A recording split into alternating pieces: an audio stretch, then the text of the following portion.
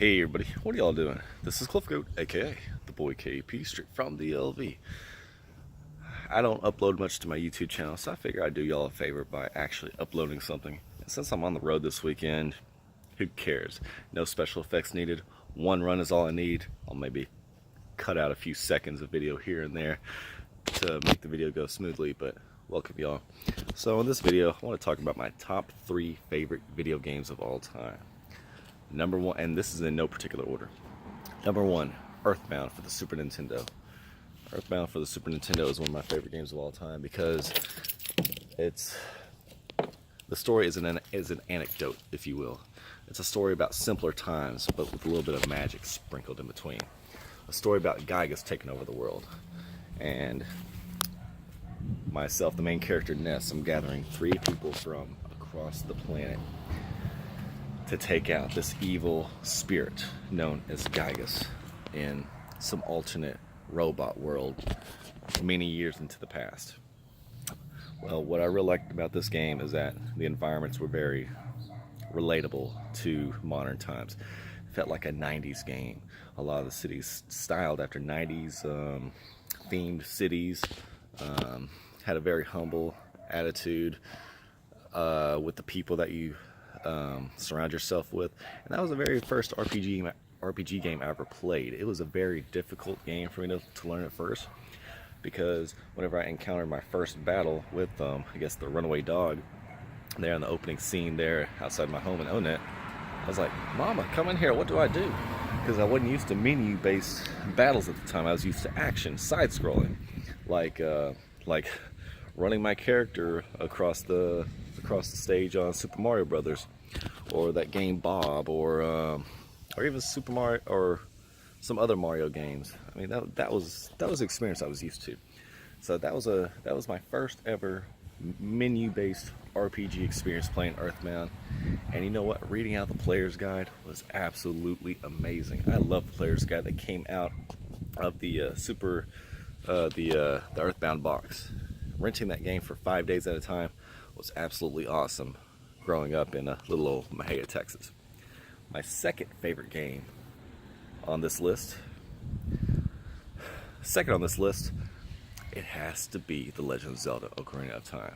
Legend of Zelda: Ocarina of Time was the revolutionary game in the Legend of Zelda series.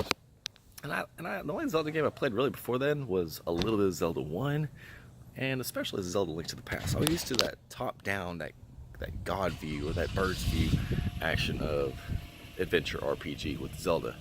But what really turned me on about Zelda Ocarina of Time is, one, that was my first game ever into the 3D landscape known as the Nintendo 64 era. And the breathtaking music, the cinematics at the time, and especially the fishing. I loved going fishing.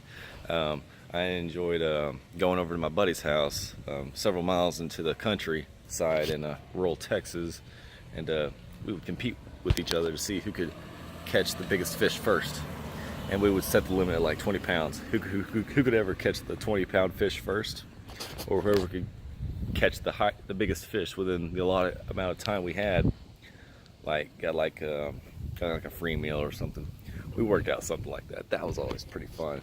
And doing like the archery contest like after the game ended, and it was pretty awesome. It was one of those games that didn't suck too much of your time playing, because, you know, for a first time gamer like me at about 9 years old or so, 9 or 8 years old, you're talking about 10 to 20 hour quest for a first timer at my age, for someone who just wanted to casually play through the game and not really speed run.